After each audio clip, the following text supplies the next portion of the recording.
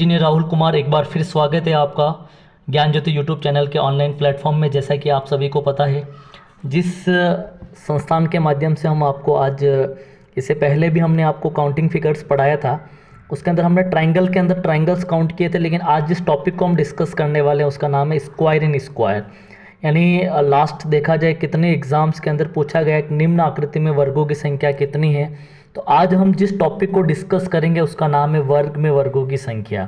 तो साथियों, ले चलता हूँ सबसे पहले क्वेश्चन पे। सबसे पहले बात करते हैं वर्ग क्या होता है। तो आप सभी को पता है, एक ऐसी आकृति जो आपके सामने मैं ड्रॉ कर रहा हूँ जिसके अंदर सभी भुजाएं समान होती है, उसको बोलते हैं वर्ग। और यदि मैं कहूँ कि इस आकृति में कुल कितने वर्ग दिख रहे हैं, तो आप बताएंगे एक है। लेकिन इसको मैं यदि इस तरह से मैं डिवाइड कर दूँ, तो आप सभी को यदि मैं पूछूं कि अब वर्गों की संख्या कितनी है, तो बहुत सारे लोग काउंट करते हैं, सर 1 2 3 4 फिर 5 फिर 6 फिर 7 फिर 8। इसका मतलब हम गलत जा रहे हैं। इसका मतलब सही तरीका निकालने के लिए हम ट्रिक यूज़ करेंगे। मान लीजिए किसी भी सवाल के अंदर वर्ग में वर्गों की संख्या निकालनी है, तो कुछ भी नहीं करना है, उस सवाल में ये देखना है। जैसे एग्जाम्पल, मान लीजिए वो छोटा सवाल था, अब थोड़ा सा बड़ा सवाल लेके मैं आपको पूछना चाहूँगा। मान लीजिए ऐसी कोई आकृति है और मैं पूछूं कि इस आकृति में कुल वर्गों की संख्या कितनी। पिछली बार कितने एग्जाम में सवाल पूछा है और मैं चाहूँगा कि आप इसका आंसर दें। मान लीजिए ये आपका आंसर आ जाता है, तो मैं आपसे ये पूछना चाहूँगा कि इस आकृति में कुल वर्गों की संख्या कितनी है। तो बस इसी तरह से आपको एक एक के आंसर्स निकालने हैं और बताना है कि इसके अंदर वर्गों की संख्या एक्चुअल कितनी है। देखिए, आपके बीच में डायग्राम मैंने ड्रॉ किए हैं। यदि मैं कहूँ आप सभी को कि पहला सवाल आपके बीच में और पूछूं कि इस आकृति में कुल वर्गों की संख्या कितनी है, तो वैसे आपको काउंट करके बताना है। देखिएगा, 1 आपको दिख रहा है, फिर 2 आपको दिख रहा है, फिर 3 दिख रहा है, फिर 4 दिख रहा है। और वर्ग का मतलब जिसमें चारों भुजाएं समान होती है उसको बोलते हैं वर्ग। इसका मतलब ये हुआ 1 2 3 4, उसके बाद इन 4 से मिलाकर 1। इसका मतलब इसमें वर्गों की संख्या कितनी है, 5 है। लेकिन अब देखा जाए इसको हम कैसे सोल्व करें, तो सोल्व करने का एक मेथड है, समझिएगा। मेथड्स क्या है? एक ऐसा डायग्राम जिसके अंदर ये देखना है कि रो कितनी, कॉलम्स कितनी है। तो सबसे पहले बात करते हैं, जैसे मैंने एग्जांपल लिया ये वाला। अब इसके अंदर मैं कहूँ रो कितनी, तो 1 रो 2 रो 3 रो। और कॉलम की बात करूँ तो 1 कॉलम 2 कॉलम 3 कॉलम। इसका मतलब जब रो का मान कॉलम के बराबर हो, वापस मैं बता रहा हूँ, पहली कंडीशन जब रो का मान कॉलम के बराबर हो। जैसे एग्जांपल 1 2 3 रो थी, 1 2 3 कॉलम थे, तो रो इज इक्वल टू कॉलम। तब हमें ये फंडामेंटल यूज़ करना है। क्या यूज़ करना है, देखिएगा मैंने क्या बोला। इसके अंदर 1 रो, दूसरी रो, कॉलम की बात करते हैं तो 1 रो तो कॉलम 1 और दूसरा कॉलम। इस तरीके से हमें आंसर्स निकालने के लिए तरीका बता रहा हूँ, सुनिएगा। जब रो का मान कॉलम के इक्वल हो तो कुछ नहीं करना है, नंबर्स डालने हैं। ये 1 नंबर है, ये 2 नंबर, और दोनों नंबर को स्क्वायर करना है और दोनों नंबर को स्क्वायर करके ऐड करना है। तो बस 1 का स्क्वायर 1 होता है और 2 का स्क्वायर 4 होता है। और 1 और 4 को मैं काउंट करूं तो आंसर जाएगा 5। बिल्कुल हमारा आंसर जो है 5 आ चुका है। कुछ भी नहीं करना है, बस ये ध्यान रखना है कि रो कितनी, कॉलम कितनी, और रो और कॉलम का मान बराबर हैं। तो ये ध्यान रखना है कि उनके स्क्वायर करके ऐड करना। तो साथियों, ले चलता हूँ नेक्स्ट सवाल पे। आप इसको करके दिखाएंगे। देखिएगा, 1 रो 2 रो 3 रो, कॉलम 1 2 3, बिल्कुल सही बात है। अब रो का मान कॉलम के क्या है, इक्वल है। जब रो का मान कॉलम के इक्वल है तो कुछ भी नहीं करना, नंबर्स डालने हैं। 1 नंबर 2 नंबर 3 नंबर, बस कुछ नहीं करना है। फिर क्या करना है, इसका स्क्वायर किया और फिर क्या किया, ऐड किया। बस स्क्वायर करके ऐड कर लीजिए। तो स्क्वायर करने के बाद, ऐड करने के बाद जो नंबर्स आएगा वो टोटल नंबर ऑफ आपके स्क्वायर फाइंड होगा। तो 1 का स्क्वायर 1, 2 का स्क्वायर 4, 3 का स्क्वायर 9, 1 और 4 5, और 5 और 9 होगा आपका 14। तो बिल्कुल 14 इसका टोटल नंबर ऑफ स्क्वायर है जो आप फाइंड कर सकते हैं। और ऐसे भी काउंट करना है तो मैं काउंट करके बता सकता हूँ। देखिए, 1 2 3 4 5 6 7 8 9, ये 4 मिलाकर 10, ये 4 मिलाकर 4 मिलाकर 4 मिलाकर, तो 1 2 3 9 ये हो गए। फिर 10 11 12 13 और ये पूरा 14, तो बिल्कुल 14 हो चुके हैं। मैं सिर्फ ट्रिक इसलिए सिखा रहा हूँ कि आपको आगामी कोई भी कॉम्पिटिटिव एग्जाम्स हैं, जो जैसा कि मैं बताऊँ नेक्स्ट क्वेश्चन जो है पिछली बार एग्जाम में पूछा था। अब इसके अंदर देखिएगा, रो कितनी, 1 2 3 4, कॉलम कितने, 1 2 3 और 4। जब रो का मान कॉलम के इक्वल है तो बस ये ध्यान रखना है, उसको कैसे फाइंड कर सकते हैं। बस कुछ भी नहीं करना, दिमाग लगाना। दिमाग कैसे लगा सकते हैं, वही वाली बात मैंने कहा, 1 2 3 4 और इनको क्या करना है, स्क्वायर करना है और ऐड करना है, स्क्वायर करके ऐड करना है, बस ये आपको ध्यान रखना है। और स्क्वायर करके ऐड करने पर जो नंबर्स आएंगे वही टोटल नंबर ऑफ आपके स्क्वायर होंगे। तो 1 का स्क्वायर 1, 2 का स्क्वायर 4, 3 का स्क्वायर 9, 4 का स्क्वायर 16। तो बिल्कुल देखिएगा 1 और 4 5 होते हैं, 5 और 9 14, 14 और 16, ये आपका आंसर जाएगा 30। बिल्कुल पिछली बार एग्जाम में पूछा हुआ सवाल है, इस सवाल को 2-3 एग्जाम में पूछा था, इसका आंसर जो जाएगा वो 30 जाएगा, 30। तो बिल्कुल अब आपके दिमाग में एक सवाल आ रहा होगा, सर यदि मान लीजिए ऐसा कोई क्वेश्चन हो जिसके अंदर हम थोड़ा सा रो और कॉलम की वैल्यू ज़्यादा ले लें, जैसे एग्जाम्पल मान लीजिए कि मैंने 1 2 3 4, 1 2 3 4। अब आप कहेंगे सर इसकी वैल्यूज़ कैसे निकालेंगे। वैसे कि आप सभी को पता है कि इसका वैल्यू आप खुद भी निकाल लेंगे, फिर भी मैं आपको बताना चाहूँगा। देखिएगा 1 नंबर है आपका, फिर 2 नंबर, 3 नंबर, 4 नंबर, 5 नंबर। अब करना कुछ नहीं है, 1 का स्क्वायर प्लस 2 का स्क्वायर प्लस 3 का स्क्वायर, फिर 4 का स्क्वायर, फिर 5 का स्क्वायर।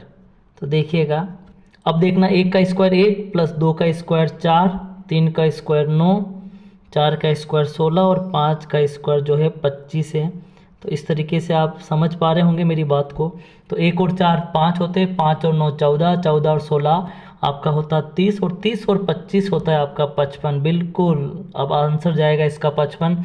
अब आगामी कोई भी एग्जाम का ऐसा कोई सवाल जिसके अंदर रो तथा कॉलम की वैल्यू इक्वल हो, तो आप इस मेथड से इस सवाल को सोल्व कर सकते हैं। लेकिन किसी स्टूडेंट्स के माइंड में ये चल रहा होगा, सर ये तो आपने वह बताया जिसमें रो और कॉलम की वैल्यू इक्वल है, लेकिन ऐसे बहुत सारे सवाल ऐसे आते हैं जिसमें रो की वैल्यू कॉलम के इक्वल नहीं हो। तो एग्जाम्पल देखिएगा, जैसे मान लीजिए एग्जाम्पल किसी स्टूडेंट ने देखा, सर इसका मान आप निकाल के बताइएगा, इसमें रो का मान कॉलम के इक्वल नहीं है, तो find the value of in this diagram, कि हमें स्क्वायर निकालना है। तो स्क्वायर निकालने का तरीका आप सभी जानते हैं, वैसे तो हम काउंट करके देखो 1 2 3 4 5 6, ये 7 और ये 8, बिल्कुल तो 8 है। अब 8 को कैसे फाइंड करेंगे, तो तरीका देखिएगा, कुछ भी नहीं करना है, दिमाग लगाना। दिमाग क्या, इसको 1 नंबर बोला, इसको 2 नंबर, इसको 3 नंबर, अब इसको 1 नंबर, इसको 2 नंबर, बिल्कुल सही बात है।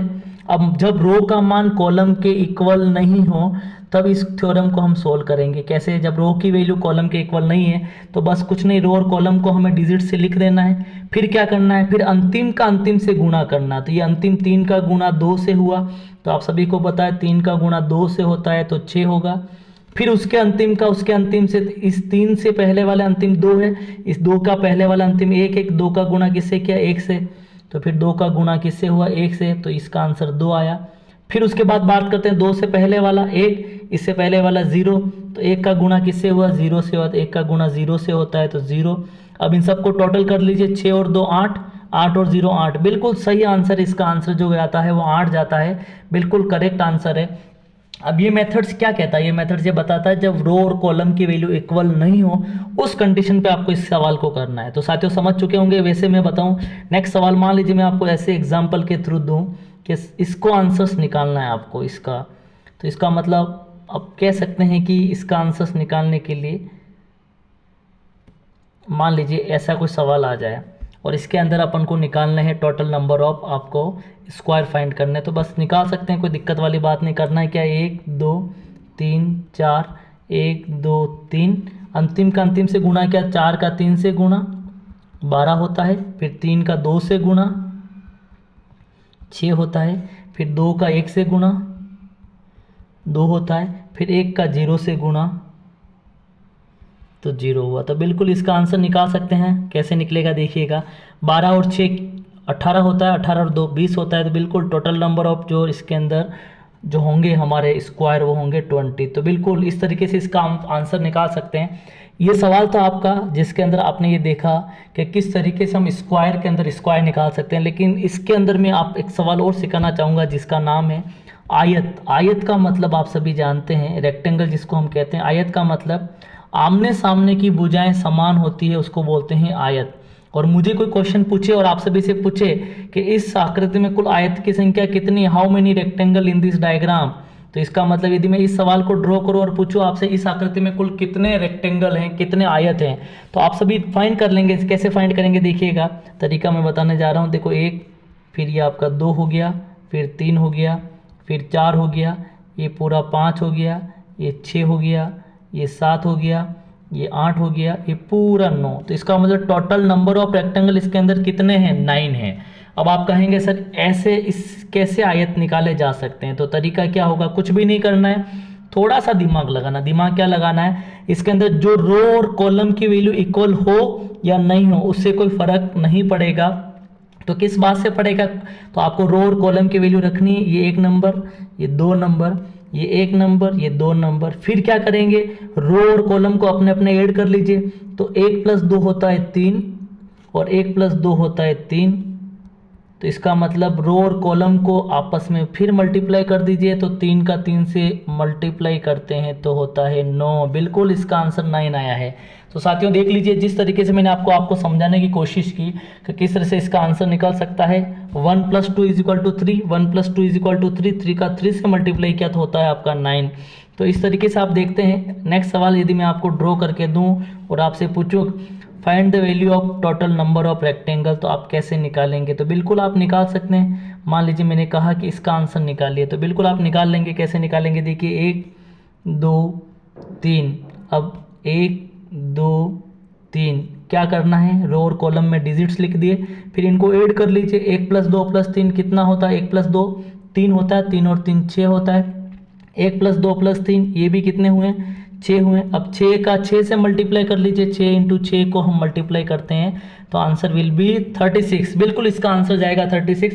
इसमें ऐसा कुछ भी नहीं है जिसमें रो और कॉलम की वैल्यू इक्वल हो या नहीं हो, लेकिन हमें ध्यान रखना है कि कोई भी सवाल किसी भी टाइप से आ जाए। जैसे एग्जाम्पल मान लीजिए ये सवाल आ गया और भी सवाल के अंदर बहुत सारी चीज़ें इस तरह से दे रही कि इसका फाइंड करना है, तो कुछ नहीं करना है, दिमाग लगाना है आपको।